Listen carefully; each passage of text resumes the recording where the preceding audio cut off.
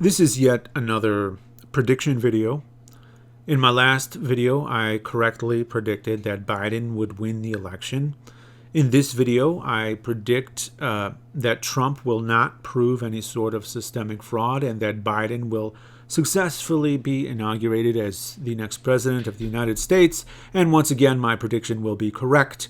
That's not because I'm particularly astute, nor that I'm making a particularly bold prediction. It's not. It's just that a disturbingly large number of Americans have immersed themselves in propaganda that will continue to cause reality to be surprising to them, which is what happens when you're very thoroughly misled. Now, my previous prediction that Biden would win wasn't any sort of grand insight either. Though it did win me $50. Because anybody who made an effort to get out of their echo chambers could see the writing on that wall from a mile away. Likewise, my prediction that the states will successfully certify their elections without interference, and that the Electoral College will successfully vote in favor of Biden, and that there will be no sufficient evidence for widespread voter fraud, will also come to fruition. Tragically, that's not so obvious to everybody. Oh my goodness. Okay, buddy. Let's get one thing out of the way right at the beginning to save us some time.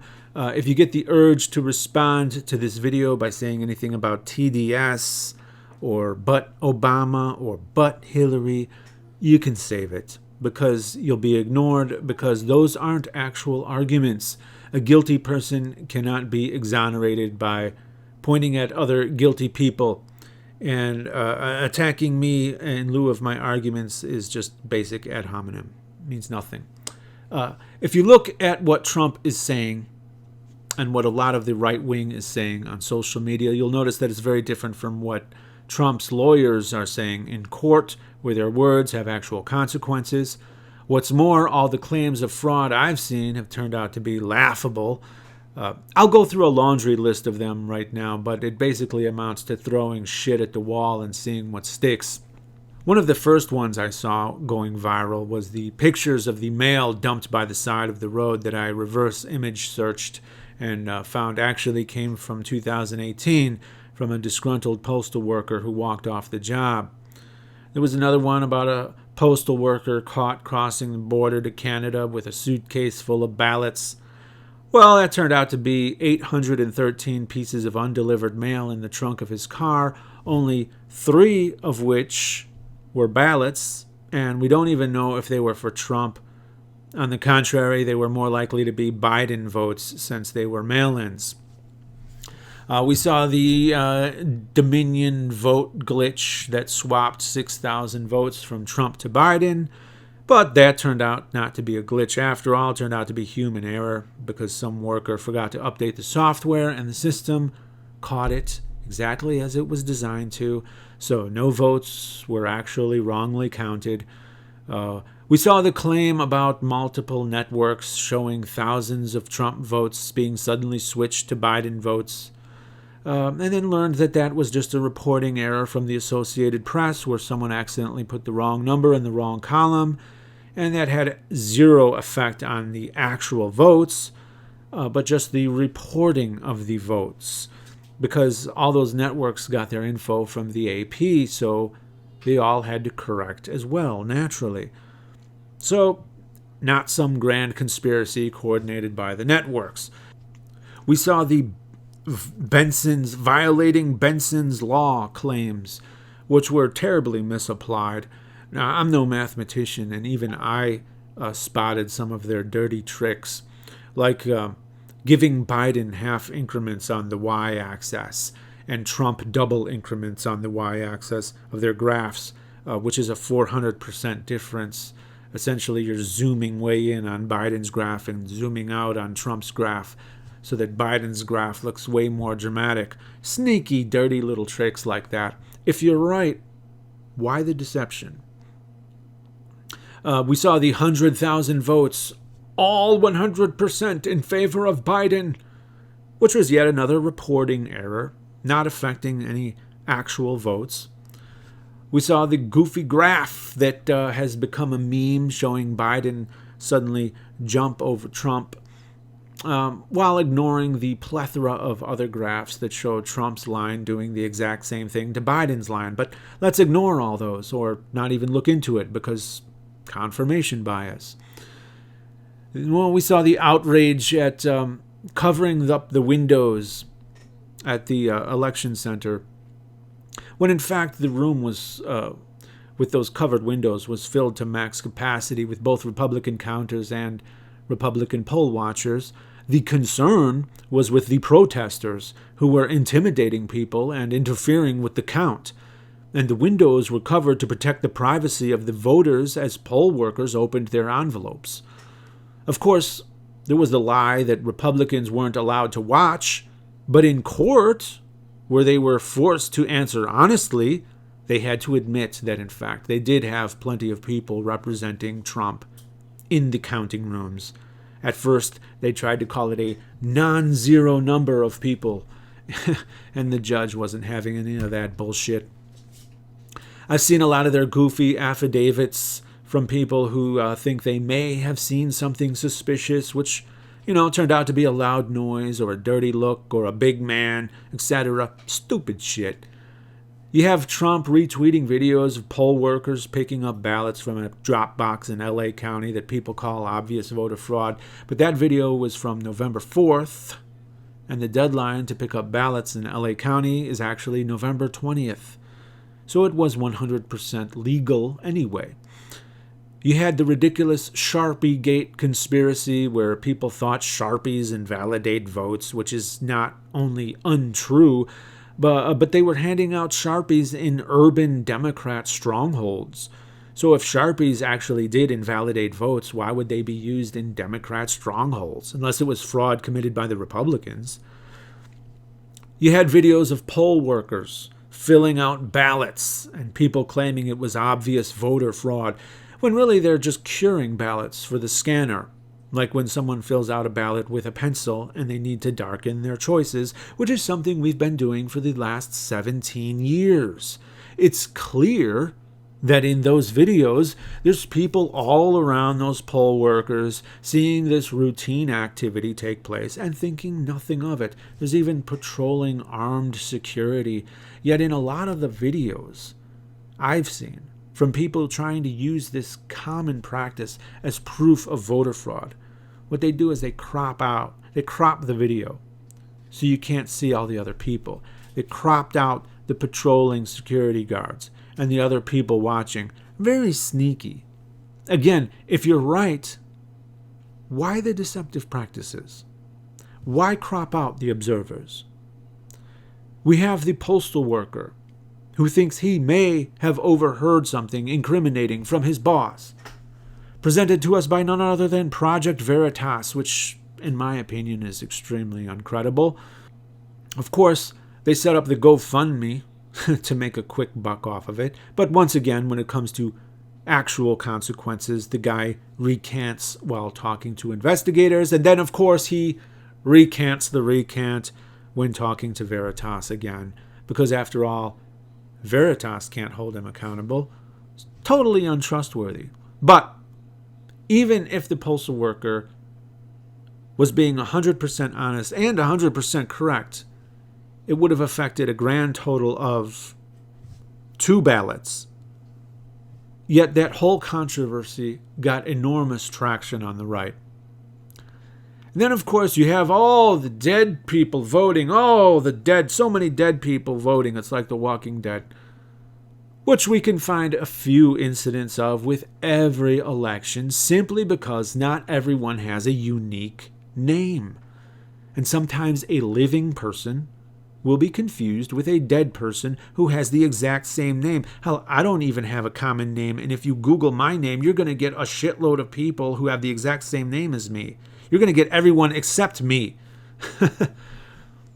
This accounts for very few votes, and it accounts for votes that goes to Trump as well as Biden. The accusations of it affecting a significant number of votes is an outright, bald-faced lie. You have the claims about more people voting than there are registered voters. But they're using the wrong census data to determine that. There were way more registered voters this year, and they're using a previous year's data to determine that more voted than registered. So they're either lying or dumb. Now, Trump is claiming that the Dominion machines switched the votes. And again, there's zero evidence of that. They're spreading the lie that those machines were only used in states where Trump lost. But that's false. They were used in 26 states, including where Trump decisively won. Again, if there was widespread fraud, then why do they have to keep lying to prove it? Now, I'm sure that before this is over, there will be many more claims that I can't even include in this video. I can barely keep up as it is, but every time I investigate them, they immediately fall apart. Mostly, they've turned out to be laughable, disproved anecdotes, and not even anything systemic. And of course, you have the sheer incredulity that the mail-in ballots would be so lopsided in favor of Biden. But that was after Trump encouraged his supporters to vote in person. So of course they'd have fewer mail-in ballots. As we've seen time and time again, it's the Democrats who have respected pandemic precautions. Yes, there were people out celebrating Biden's win. And yes, there have been protests. But that's thousands of people, not the 80 million people who voted for Biden, and certainly not anything like the consistent, repeated super spreader Trump rallies that have no doubt resulted in thousands of deaths by now. And if you doubt that, consider that 7 COVID deaths were traced back to a single wedding which had only 60 people in attendance. Biden realizes stuff like that happens. Trump doesn't give a shit about the people who adore him. He'll pack them all in like sardines, pandemic be damned, just to hear them cheer for him. Another aspect that would make this the dumbest voter fraud ever is that they didn't include the Senate races. Why? Because there was no widespread voter fraud. And if they had any real evidence of it, they would have presented it in court by now because the clock is ticking. The truth is that this election was more against Trump than it was for Biden, including right-leaning people. So there were actually a lot of voters who voted for Biden, yet also voted for Republican senators. If there were widespread voter fraud, that would not have been the case. Another goofy claim I've seen is the typical accusation of hypocrisy, including by Mitch McConnell himself, the last person who should be accusing anybody of hypocrisy. Aha, they say. You believed the ridiculous Russian conspiracy of the 2016 election, but now you won't accept there could possibly be voter fraud. I do detect hypocrisy, good saw. Yeah, nah, nobody believed the Russians were sneaking around physically tampering with ballots. That's ridiculous.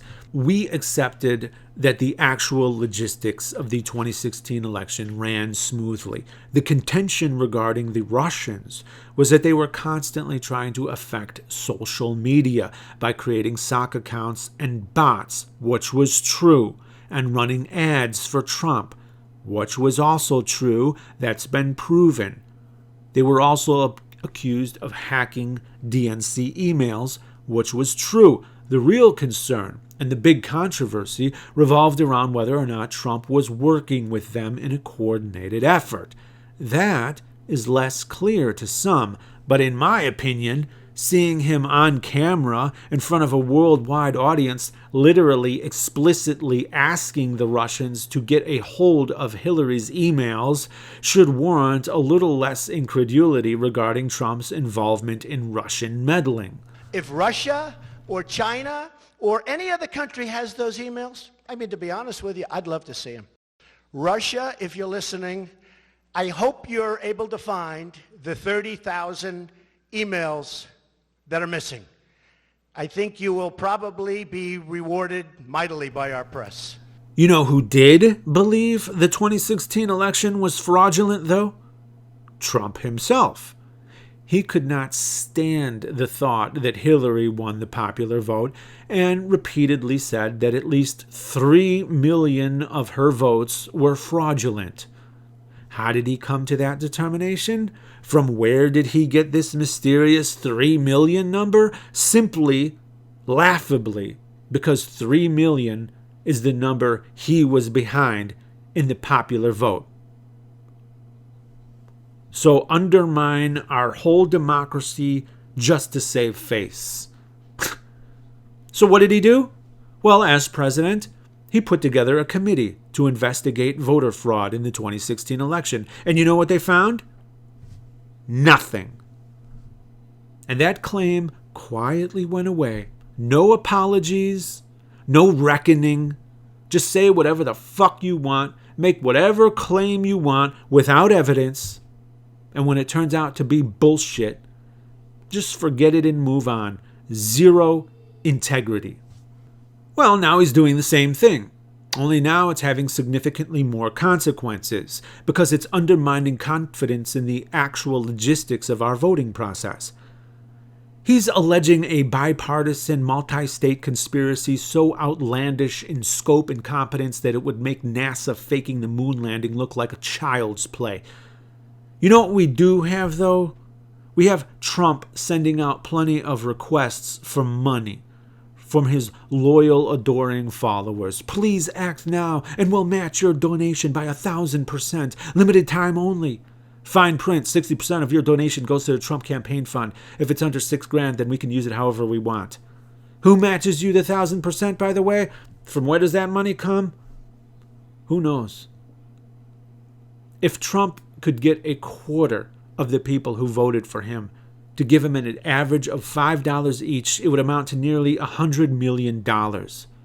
Only a fraction of which would be pledged to legal costs. The rest gets to pay off his debts or goes right into his pocket. Never let a juicy opportunity go to waste, even if it fucks over America. That's the Trump way. Remember when he could not even take office until he settled his legal dispute regarding his Trump University fraud? And he ended up having to shell out $25 million for that? Well, he's ending his presidency in exactly the same way it began, immersed in fraud. This guy's whole career was built around the image of him being a super successful and shrewd billionaire businessman. And now he's bilking the poor and middle class he claims to care about so much, after squeezing them into rallies that expose them to COVID. Not that he cares. I mean, according to Biden, if Trump continues to deny his transition team from making preparations within the federal government, they will be behind by a month and a half when Biden takes office, severely hampering the government's efforts to respond to the pandemic, including distributing the vaccine. Trump's election tantrum will literally cost lives. He based his appeal on not being beholden to anyone because he could pay his own way. But he never paid his own way, just like he's not now. Donating his paltry presidential salary was a great show for those who did not know. He was funneling millions of taxpayer dollars into his own businesses in the form of bogus deals with foreign governments and overcharging the United States, which he claims to love so much, for his own vacations to his own properties, to the tune of hundreds of millions of dollars. But hey, At least he donated the few $100,000 from his official salary. And you know who the people are who are impressed by this? Well, they're the same people who accuse everyone of virtue signaling, of course. So, no, there was no widespread voter fraud in the 2020 election, at least not as anyone has been able to show yet. And if there were, we'd more likely find it being done by the Republicans, who were already caught doing some really shady shit, like putting up their own official-looking ballot drop boxes, which they were explicitly ordered not to do, but they did anyway. And that means a significant number of ballots from both Republicans and Democrats were in the hands of solely the Republicans. If anything, maybe Biden is the one who was cheated out of a significant number of votes, especially when you consider the Republicans' usual voter suppression tactics, like allowing only one drop box in each county in Texas, leaving the highly populated urban areas, which typically vote blue, at a significant disadvantage. We have Georgia's Republican Secretary of State saying that Lindsey Graham suggested he throw out legal ballots. Another dirty little election meddling trick the Republicans pulled in 2020 was planting third-party state Senate candidates with the same last name as the Democrat candidate, specifically to siphon votes from them.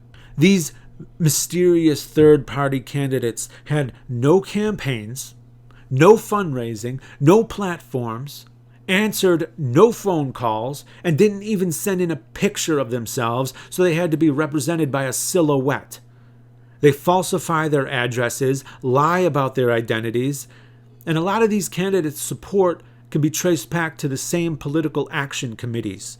Really shady shit. But not many people know about it because Donald Trump isn't tweeting about it in all caps.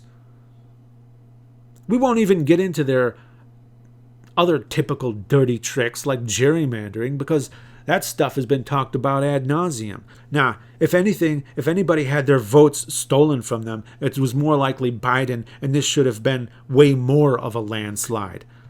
In the end, Biden will be your next president. Mark my words. It will be legitimate. Maybe there will even be some faithless electors, but it won't be enough. And even that would be a travesty. The most faithless electors there ever were at once was 63, and that was just because the other candidate died. Most faithless electors do not flip to the other candidate either. They usually vote third party or abstain. Trump needs 38 to flip for him. That would be unprecedented. I don't see that happening. If it did, this country would be in utter chaos. They know that. Those electors know they would be infamous for the rest of their lives. You see, Trump does not respect the will of the voters. Trump's plan was to get it into the courts, where he appointed a lot of judges. You see, he thinks like a mob boss, like these judges owe him a favor now, and that they'll be loyal to him, will default in his favor. But it doesn't work like that. They need something more to work with, but they have nothing. And the reason Trump and his people keep desperately searching and even offering $1 million rewards for solid evidence is precisely because they still have nothing. They're lying to the public, but they can't lie in court. So stop listening to what they say on social media and start paying attention to what they say in court, where it actually matters. Even still, 40% of Republicans, 20% of the country, mistakenly think Trump actually won the election, or that he still has some sort of chance. You can see it on their fringe right-wing media outlets where they're showing a completely false electoral map, showing Trump in the lead. Absolutely ridiculous. These people are living in a completely delusional alternate reality. Their perceptions have been ruined by Trump and this alternate far-right conspiracy media. They'll completely disregard actual journalism with sources integrity, and consequences in favor of completely undisciplined social media accounts from literally anybody who can say literally anything without consequence. America is injured and desperately needs to be nursed back to health. Trump is ending his presidency by taking a giant steaming dump on America itself. And the fact that many deluded people paint him like some kind of great patriot is an absolute tragedy. The election was legitimate. Biden will be your next president. Get used to it.